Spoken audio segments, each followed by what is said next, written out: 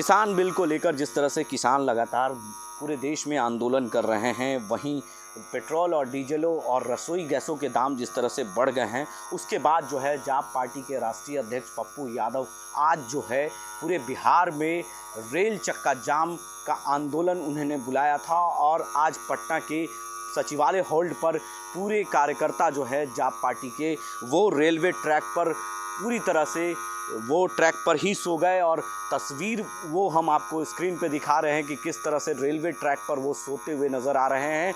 और पूरी तरह से पुलिस बल की तैनाती कर दी गई थी। आरपीएफ की बात कर ले या सीआरपीएफ की बात कर ले या गर्दनी बाग जो लोकल थाना है वो भी वहाँ मौजूद थी। और रेलवे के ट्रैक पर जब सोए हुए थे उस वक्त अचानक जो है दोनों ट्रैक पर ट्रेन जो है अचानक पहुँच जाती है और एक मालगाड़ी और एक्सप्रेस ट्रेन पहुंचती है और पुलिस आनन फानन में अचानक वहां से लोगों को हटाने की कोशिश करती है। वो तस्वीर हम आपको दिखा रहे हैं कि किस तरह से पुलिस जो है रेल पुलिस जो है अचानक लोगों को जबरन घसीटते हुए हटाया ट्रैक पर से। उसके बाद दूसरे ट्रैक पर जो है वो ट्रेन पहुंची है तो जाप पार्टी के कार्यकर्ता जो है वो ट्रेन को रोकने में सफल होते हैं और सरकार के खिलाफ नारेबाजी करते हुए नज़र आ रहे हैं। आप देख सकते हैं स्क्रीन पे कि किस तरह से जाप पार्टी के कार्यकर्ता जो है वो प्रधानमंत्री के खिलाफ और पूरे देश में जिस तरह से पेट्रोल और डीजलों के दाम बढ़ रहे हैं उसके खिलाफ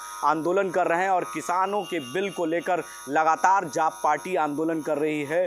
सड़क जाम कह दे या राजभवन मार्च कर ले, ऐसे तमाम लोग जाप पार्टी के कार्यकर्ता कुछ न कुछ आंदोलन करते रहते हैं। और आज एक बार फिर आपके सामने स्क्रीन है कि किस तरह से रेलवे ट्रैक पर सो गए और जो ट्रेन को रोकने में सफल हुए और करीबन 4 घंटे तक ट्रेन को रेलवे ट्रैक को जाम रखा और उनकी जो मांग थी उस मांग पर अड़े हुए थे। और पप्पू यादव भी अचानक वहां पहुंचते हैं और आंदोलन जो है और उग्र हो जाता है और जबरन पुलिस उसे थोड़ा बहुत धक्का मुक्की के साथ भी आप तस्वीर देख सकते हैं कि किस तरह से पुलिस पहुंचती है और अचानक हटाती है। तो पेट्रोल और डीजलों के दाम को लेकर जिस तरह से लगातार पूरे देश में आंदोलन हो रहे हैं और पप्पू यादव लगातार आंदोलन करते रहते हैं। और आज एक बार फिर वो आंदोलन की तस्वीर हम आपको दिखा रहे हैं कि किस तरह से आंदोलन कर रहे हैं और रेलवे ट्रैक को रोका गया है। उसके बाद जो है कार्यकर्ता पप्पू यादव ने किस तरह से आंदोलन को लेकर क्या कुछ कहा है वो भी सुनिए आप क्या कुछ कह रहे हैं। पूरा देश रुका हुआ है, लड़ाई बहुत क्लियर है। आप 3 महीने से हमें मार रहे हो, 3 महीने से 250 से ऊपर किसानों को आत्महत्या करने पर मजबूर कर दिए। नवरीत को गोली मार करके आपने समाप्त कर दी। लाल किला में आपने साजिश रच करके गोली चला दिया और उल्टे ही आप हमको दुश्मन बना दिए, आतंकवादी बना दिए, उन्मादी बना दिए, हर चीजों को आपने कर दिया। आप हमको जरा बताइए।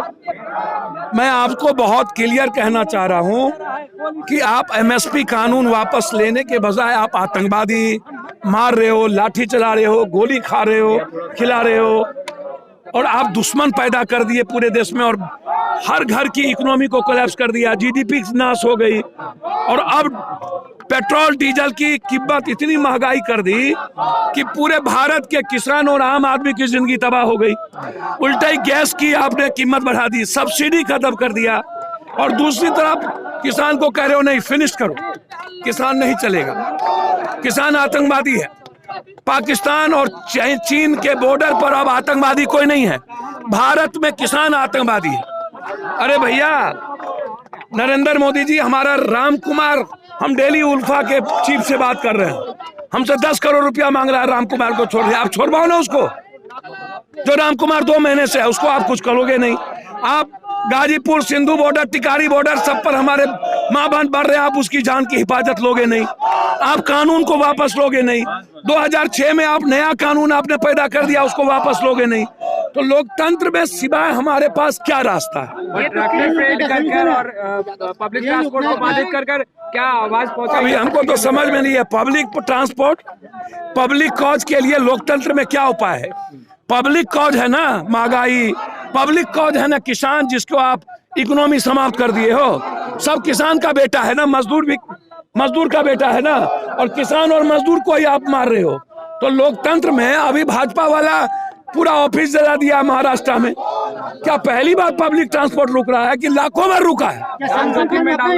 अभी आप कृषि कानून के खिलाफ है, लगले में खाद की सब्सिडी भी सरकार खत्म कर रही है, कितना व्यापक रूप लेगा यह आपका? सर आपको पता ही है, गवर्नर हाउस मार्च, भारत बंद में पप्पू यादव, बीजेपी ऑफिस में लाठी खाए पप्पू यादव, इसके पहले रोड जाम था पप्पू यादव, और फिर पूरा भारत के किसानों के साथ जब जब वो नारा देगा तब आम आदमी को जब ये मारेगी सरकार, महंगाई करेगी, जब रसोई को महिलाओं पर जुल्म करेगा तब हम गोली खाने को और मरने को तैयार।